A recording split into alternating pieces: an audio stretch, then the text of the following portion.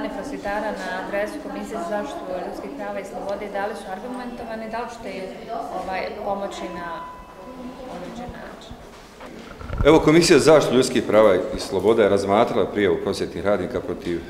vlade Tuzlanskog kantona, smatrajući da su im prava povrijeđena. Izvršili smo analizu dokumentacije, zakonskih odredbi, svega onoga što se događalo u ovom periodu što se događa i evidentno je da postoji osnov za povredu ljudskih prava. Ovdje se radi o povredi člana 2 Zakona o zabrani diskriminacije jer je evidentno nejednako postupanje u realizaciji konkursne procedure,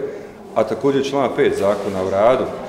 tako da postoji evidentan osnov da komisija može djelovati. Mi smo zauzeli stav da postoji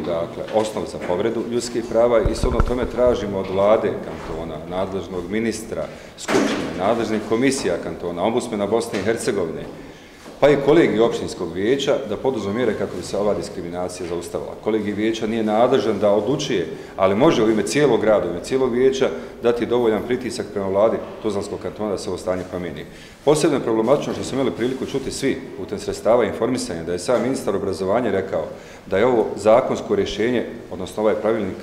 diskriminatorski, ali kao ne mogu oni sad ništa uraditi, konkurs mora ići dalje. Ja dugo kao predsjednik komisije, a evo, prilično vremena sam, 15 godina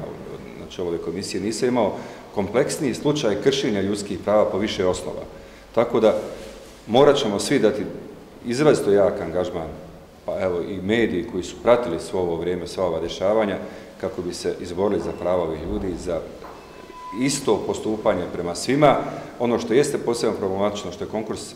i procedura objavljena kasno, tako da su ljudi dovedeni pred svršen čin, a onda jedna vrsta sukobljavanja boračke populacije s njima, a ovdje se pokazalo da je dosta boraca, pripadnika šehijskih porodica, u ovoj grupi koja je ostala diskriminirana, koja nema svoja prava realizovana na način kako je to zakonom predviđeno i okolnost da su ljudi koji su držani 12, 14, 16 godina na određeno vrijeme, i to je sama zloupotreba, morali su ih angažovati na neodređeno vrijeme, sada došli u poziciju da nakon toliko radnog staža budu u nekakvom 70. mjestu, a da lica koja su manipulacijama došla do nekakvih potvrda izbiju na prvom mjestu i da ostvare pravo mimo zakonskih njihovih mogućnosti koji su trebali da dobiju.